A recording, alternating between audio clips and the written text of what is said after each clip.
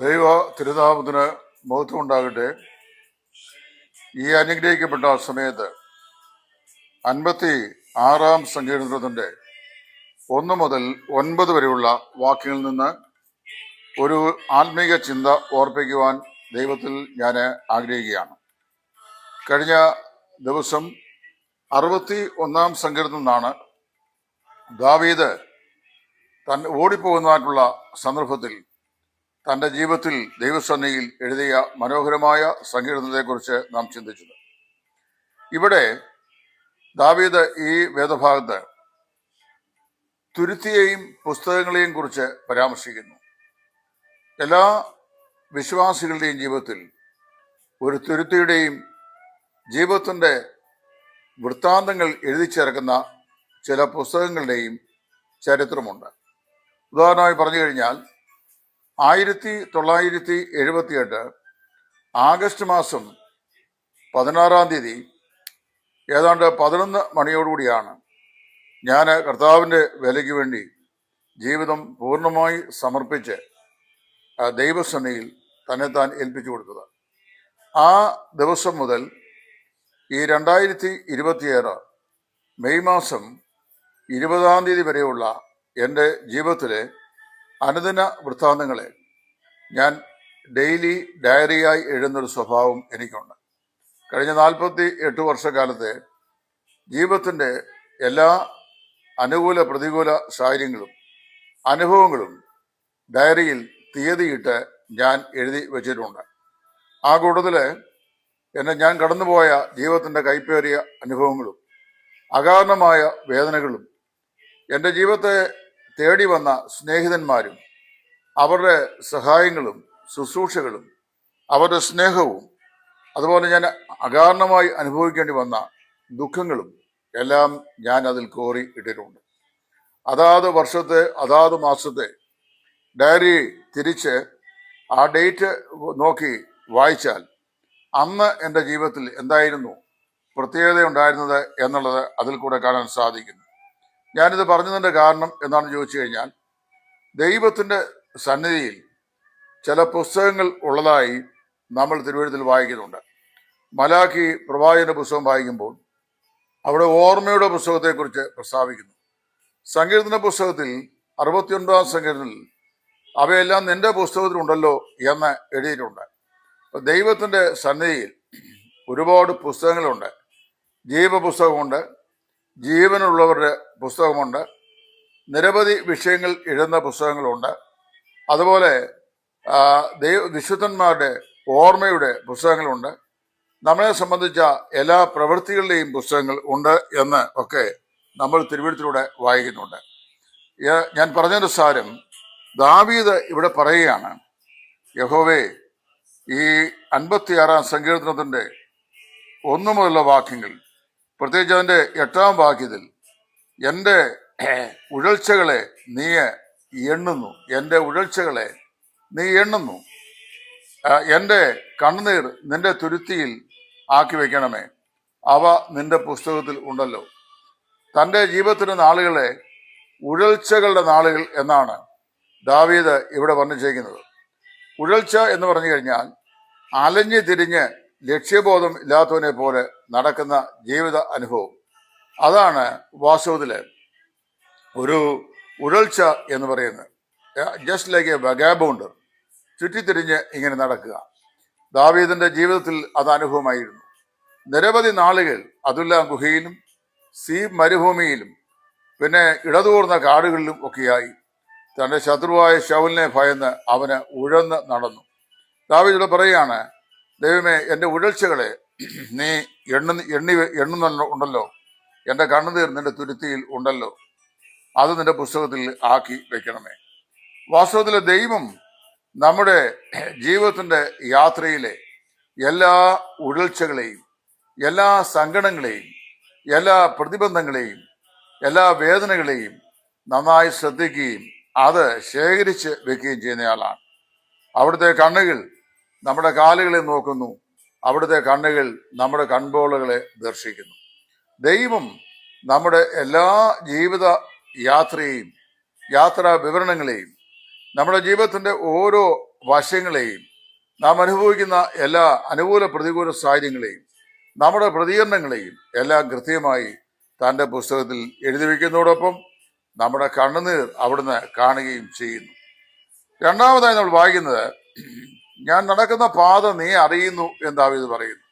ദൈവമേ, ഞാൻ നടക്കുന്ന പാത നീ അറിയുന്നു. നമ്മുടെ നടപ്പ് എങ്ങനെയാണെന്നുള്ളത് വാസ്തവത്തിൽ ദൈവം അറിയുന്നു. അപ്പോൾ ആദ്യം മനസ്സിലാക്കേണ്ടത്, ദൈവം നമ്മുടെ ജീവിതത്തിൻ്റെ വൃത്താന്തം സംബന്ധിച്ച് ഒരു രേഖ കൃത്യമായി എഴുതി വയ്ക്കുന്നുണ്ട് എന്നുള്ളതാണ്. രണ്ടാമത്തത്, ദൈവം നമ്മുടെ നടപ്പ് അറിയുന്നു. നാം നടക്കുന്ന വഴി ഏത് എന്നും കർത്താവ് അറിയുന്നു. ഇപ്പോൾ നടന്നു പോകുന്ന വഴികളും വളരെ വ്യക്തമായി നമുക്ക് അറിയാം. ഇവിടെ നമ്മൾ വായിക്കുമ്പോൾ ഈ ജീവിതപാതയിൽ ചില വരമ്പുകളും അതുപോലെ ചില തോടുകളും ഉണ്ട്. ഹിൽസ് ആൻഡ് വാലീസ്, അതാണ് ജീവിതം എന്ന് പറയുന്നത്. അതായത് കുന്നുകളുടെയും താഴ്വരകളുടെയും സമ്മിശ്രമായിരിക്കുന്ന ജീവിത അനുഭവങ്ങൾ പ്രദാനം ചെയ്യുന്ന ഒന്നാണ് ക്രിസ്തീയ ജീവിതം. മലകളിൽ നാം ചവിട്ടി കയറണം, അതുപോലെ താഴ്വരകളിലേക്ക് നാം വിനയപൂർവ്വം സൂക്ഷിച്ച് ഇറങ്ങണം. ഈ ജീവിതാനുഭവങ്ങൾ ദാവീദിൻ്റെയും ജീവിതത്തിലുണ്ടായിരുന്നു എന്ന് നമുക്ക് മനസ്സിലാക്കുവാൻ സാധിക്കുന്നുണ്ട്. അപ്പോൾ ദൈവം നമ്മുടെ ജീവിതത്തിൻ്റെ ഉഴൽച്ചകളെ, നമ്മുടെ ഈ അലഞ്ഞു തിരിഞ്ഞുള്ള നടപ്പിനെ, ലക്ഷ്യബോധമില്ലാത്തവനെ പോലെ നാം ആയിപ്പോകുന്ന അവസ്ഥയൊക്കെ നന്നായി അറിയുന്നു എന്ന് മാത്രമല്ല, അതെല്ലാം ദൈവം തൻ്റെ പുസ്തകത്തിൽ കുറിച്ച് വെക്കുകയും ചെയ്യുന്നുണ്ട്. അങ്ങനെയാണല്ലോ ഈ ശൂഷൻ രാജധാനിയിൽ രാജാവിൻ്റെ അംഗരക്ഷകരായിരുന്ന ആളുകൾ രാജാവിനെ കൊല്ലുവാനായി ദുരാലോചന ചെയ്ത വൃത്താന്തം സംബന്ധിച്ച് ആ സമയത്ത് മൊർദെഖായി തൻ്റെ വിശിഷ്ടമായ ജ്ഞാനം കൊണ്ട് ആ സംരംഭത്തിൽ നിന്ന് രാജാവിൻ്റെ പ്രാണനെ രക്ഷിച്ച പ്രകാരം രാജാക്കന്മാർ ദിനവൃത്താന്ത പുസ്തകങ്ങളിൽ എഴുതിയത് വായിച്ചതായിട്ട് ഓർമ്മയുണ്ടല്ലോ.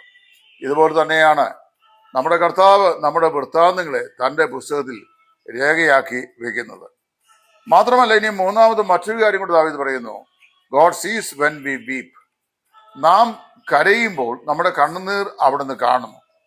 ഗോഡ് സീസ് വേർ വി വാക്ക്. നാം എവിടെ നടക്കുന്നു എന്നുള്ള ദൈവം അറിയുന്നു. ദൈവത്തിൻ്റെ കാലകടികൾ കേൾക്കാതെ ദൈവത്തിന് വിരോധമായി നമ്മൾ പലപ്പോഴും ജീവിക്കുമ്പോൾ നമ്മൾ മനസ്സിലാക്കേണ്ട ഒരു വിഷയം, നമ്മൾ വളരെ പാത്തും പതുങ്ങിയും ആരും കാണുന്നില്ല എന്ന് വിചാരിച്ച് നടക്കുന്ന നടപ്പാതെയും സ്വർഗത്തിലെ ദൈവം നന്നായി അറിയുന്നുണ്ട്. ദൈവത്തിൻ്റെ ദാസനായ പ്രവാചകന്റെ അടുക്കൽ വന്ന അരാൻ രാജാവിൻ്റെ സൈന്യാധിപൻ രാജാവിന് കൊടുത്ത കാഴ്ച അവൻ നിരസിക്കുകയും അവനെ മടക്കുകയും ചെയ്തപ്പോൾ പ്രവാചക ദാസനായിരുന്ന ശിഷ്യനായിരുന്ന ഗേഹസി അവൻ്റെ പിന്നാലെ പോയത് നമ്മൾ വായിക്കുന്നുണ്ട്. മടങ്ങി വന്നു കഴിഞ്ഞപ്പോൾ ഗേഹസി, നീ എവിടെയായിരുന്നു എന്ന് പ്രവാചകൻ ചോദിക്കുന്നത്, നീ പോയപ്പോൾ എൻ്റെ കാൽച്ചുവടുകൾ നിന്നോടുകൂടെ ഉണ്ടായിരുന്നു എന്ന് പറയുന്നതും പ്രത്യേകം ശ്രദ്ധിക്കണം. ദൈവം നമ്മുടെ രഹസ്യവും പരസ്യവുമായ എല്ലാ നടപ്പിനെയും ജീവിതങ്ങളെയും അറിയുന്നു. പരസ്യലോകത്ത് ഒരു പക്ഷെങ്കിൽ ആത്മീയരായി അല്ലെങ്കിൽ അതിഭക്തന്മാരായിട്ടൊക്കെ നമുക്ക് അഭിനയിക്കാൻ സാധിക്കും. എന്നാൽ മറുഭാഗത്ത് നമ്മുടെ ജീവിതത്തിൻ്റെ എല്ലാ വശങ്ങളെയും നന്നായി കാണുന്ന ഒരു ദൈവമുണ്ട് എന്ന് മറക്കരുത്.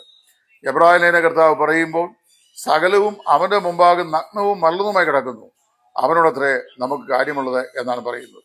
മൂന്നാമത് ദാവീദ് പറയുകയാണ്, ദൈവം നമ്മുടെ കണ്ണുനീർ അവൻ കാണുന്നു. എൻ്റെ കണ്ണുനീർ നിന്റെ തുരുത്തിയിൽ ഉണ്ടല്ലോ എന്നാണ് ദാവീദ് പറയുന്നത്. സെമിറ്റിക് ആളുകളുടെ ഇടയിൽ ഒരു സമ്പ്രദായം ഉണ്ടായിരുന്നു. അവർ സാധാരണയായി വിലാപം കഴിക്കുമ്പോൾ അവരുടെ കണ്ണിൽ നിന്ന് ധാരധാരിയായി ഒഴുകുന്ന കണ്ണീര് ഒരു ബോട്ടിൽ അത് ശേഖരിച്ച് സൂക്ഷിക്കുകയും മരിച്ചവരുടെ കല്ലറകൾ പലപ്പോഴും അത് കൊണ്ടുവെക്കുകയും ചെയ്യുന്ന ഒരു സമ്പ്രദായം ഉണ്ടായിരുന്നു. ഒരു നാളിൽ അവരുടെ കണ്ണുനീർ ഓർക്കപ്പെടും എന്നാണ് അവർ വിശ്വസിച്ച് വന്നത്.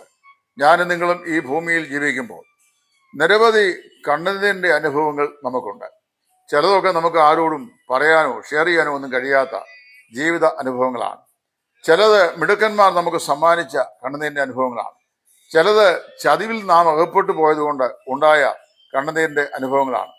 ചിലത് മനഃപൂർവ്വമായി നമ്മെ വഞ്ചിച്ചതിൻ്റെ പരിണിത ഫലമാണ്.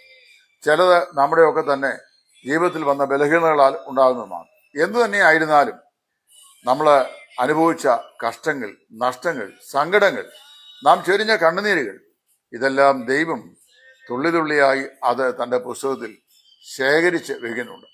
ദാവീദ് ഒരു സംഖ്യയിൽ പറഞ്ഞു, എൻ്റെ കണ്ണുനീർ നിന്റെ തുരുത്തിയിൽ ഉണ്ടല്ലോ എന്ന് പറഞ്ഞു. തുരുത്തിയിലാക്കി വെക്കണമേ എന്നും പ്രാർത്ഥിച്ചു.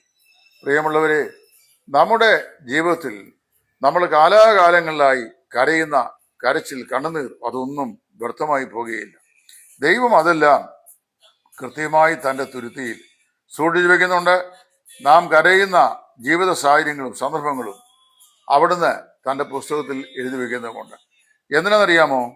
ഒരു നാളിൽ അവിടുന്ന് നമ്മുടെ ജീവിതത്തിൻ്റെ ഏറ്റവും മനോഹരമാകുന്ന അലങ്കാരമായി അവയ്ക്കുള്ള പ്രതിഫലം നമ്മെ അണിയിക്കേണ്ടതിന് അതെല്ലാം കൃത്യമായി സൂക്ഷിച്ചു വെച്ചിരിക്കുകയാണ്.